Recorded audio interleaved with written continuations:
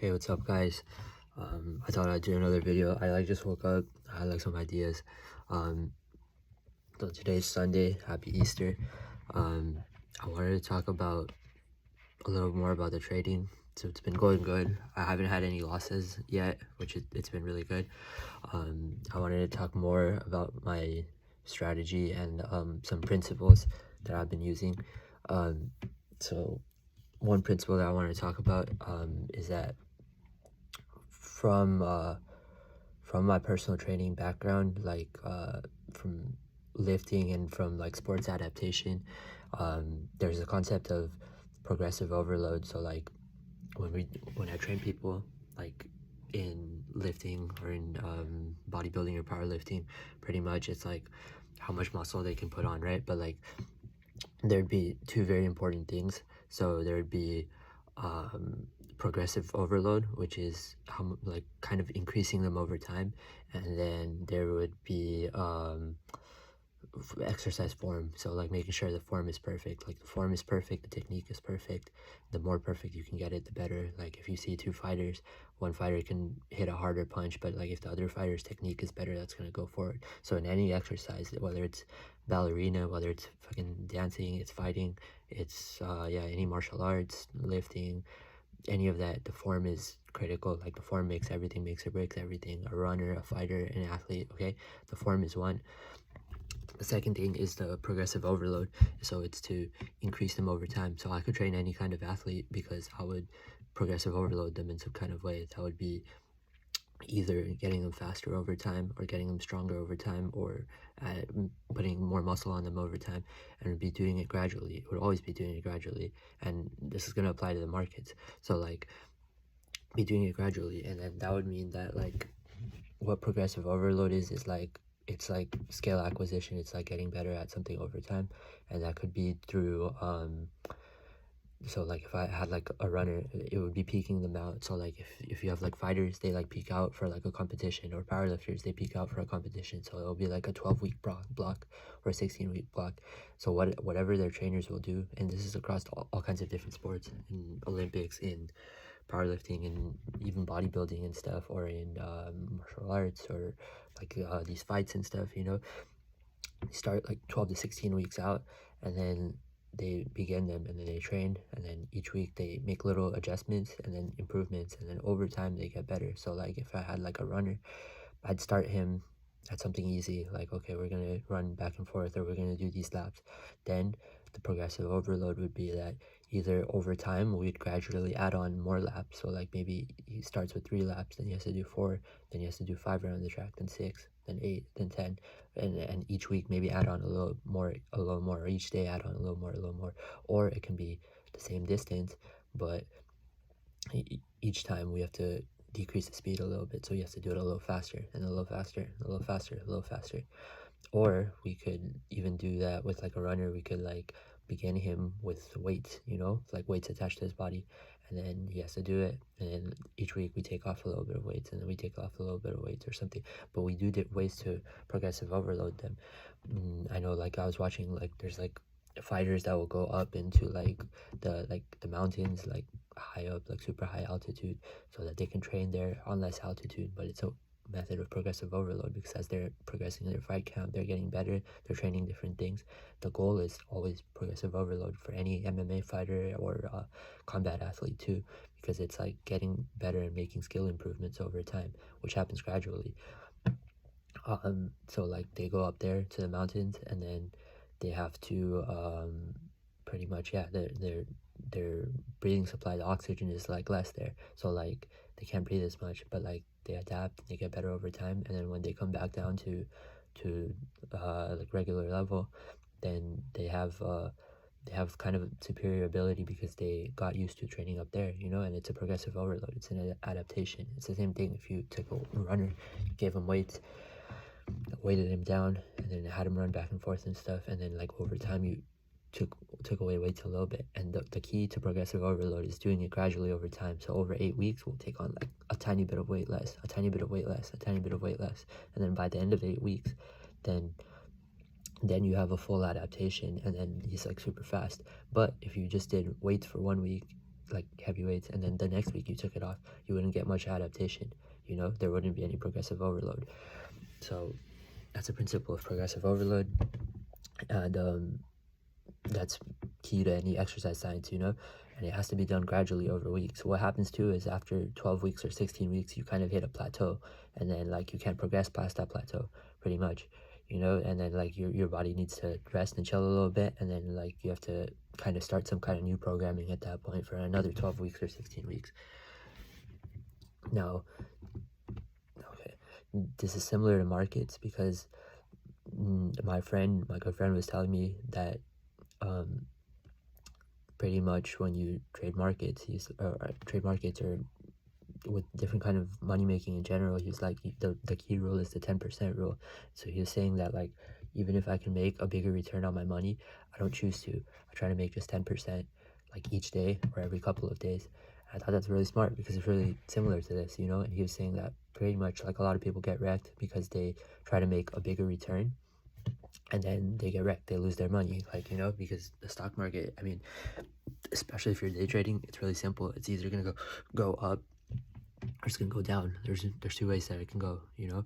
But what I like to do, what I've been doing is, yeah, following his 10% rule, that okay, in a day or every couple of days we're gonna go and increase 10% or 15% or 20%, but like keep it small and then do that over time, you know. This is the same way I put on all my strength, powerlifting and stuff, because I really didn't have the best genetics, I think, but like good genetics even, but like the key to it was that I would do a 20 rep set, and then each week I would add on a little bit of weight, and the goal was to add on a little bit of weight. Even if I could add on 20 pounds or 30 pounds, I'd take the max of my reps. So like, let's say I have a 400 deadlift, okay, so I'd start out my training cycle at like 200 pounds. I'd hit that for 20 reps, then I'd go home, or I'd do like lighter stuff, you know. Then I'd come back the next week and I'd do maybe 10 reps, okay, do that for 20. Then I would go home. Then the next week do 20 reps, do 20 sets or 20 reps, and then go home. Then next do 230, do 20 reps, and go home.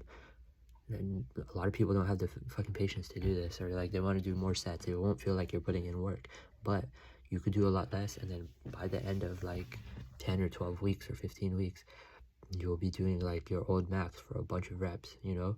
I consistently did this a bunch of times for across different lifts because it put on a lot of muscle, it put on a lot of strength, and it adapted me like crazy to get stronger. But the reason that works is because it was like little gradual increments over time, and it's like the 10% rule. It's the same thing that like I can make 10% on my money without taking very much risk, you know. I can take like, you can scalp and they'll pay the premium because it's like, okay, it's 5 or 10%, like you don't have to take a lot of risk.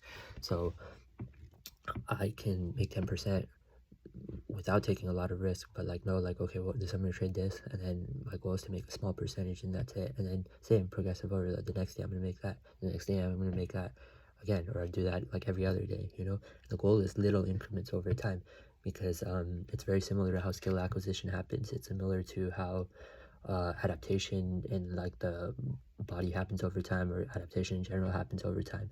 It's kind of similar to like neuroplasticity, and how the brain kind of acquires habits, or the brain, like, it rewires itself and changes over time. It's the same concept, is that like little gradual incremental changes and tweaks over time.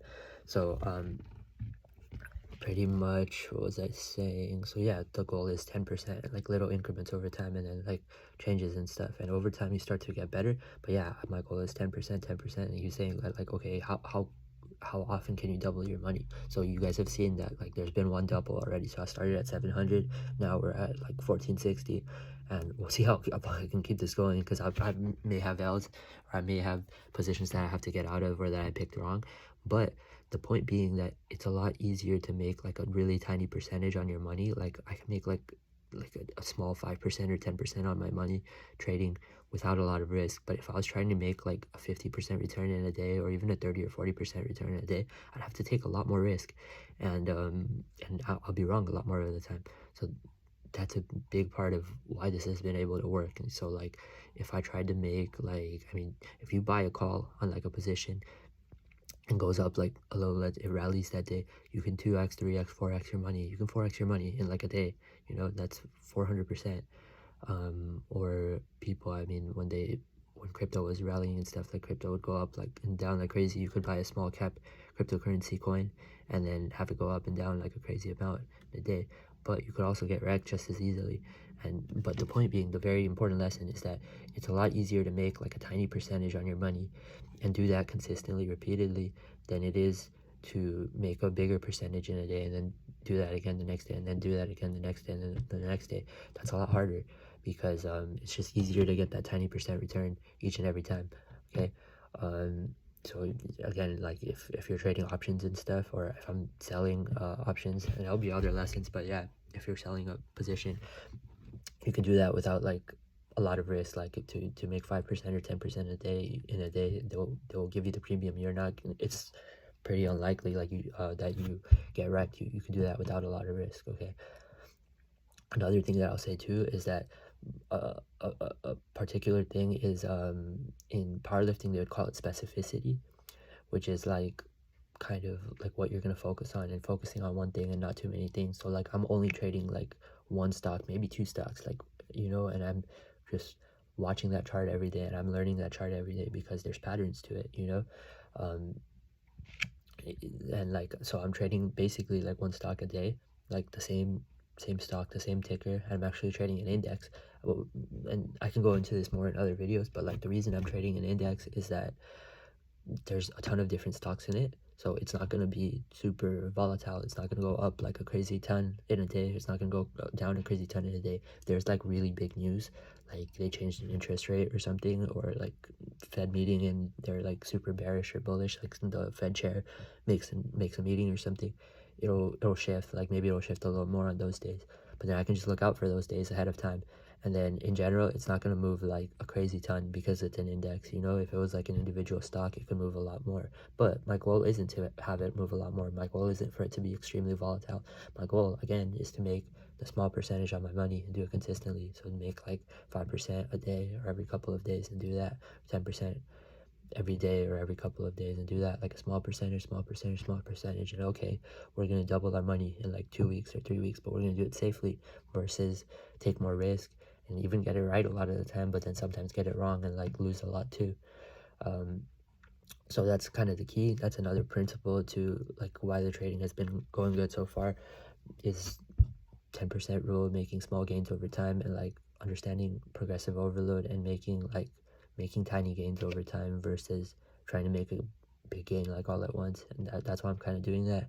And I'm kind of sticking to one stock too, because then I can kind of see the trends and stuff and it will follow that. Like it will move a certain way and I can get a familiarity with that, and I can kind of adapt more to like, I guess, like the familiarity of the chart and like have an idea, okay, like it's gonna do this, so it's here, it's not gonna shoot up. But like I've been looking at this chart only for like the last 3 months or 6 months, you know, so then I have an idea. I can write it better pretty much on day trading than I could on something new or even something more volatile or something that's not an ETF and is something that's like one individual stock instead of a bunch of stocks kind of compiled together. So that's another principle of why this has been working. We'll stay tuned and see if we can keep this going and see how big we can grow it, I guess.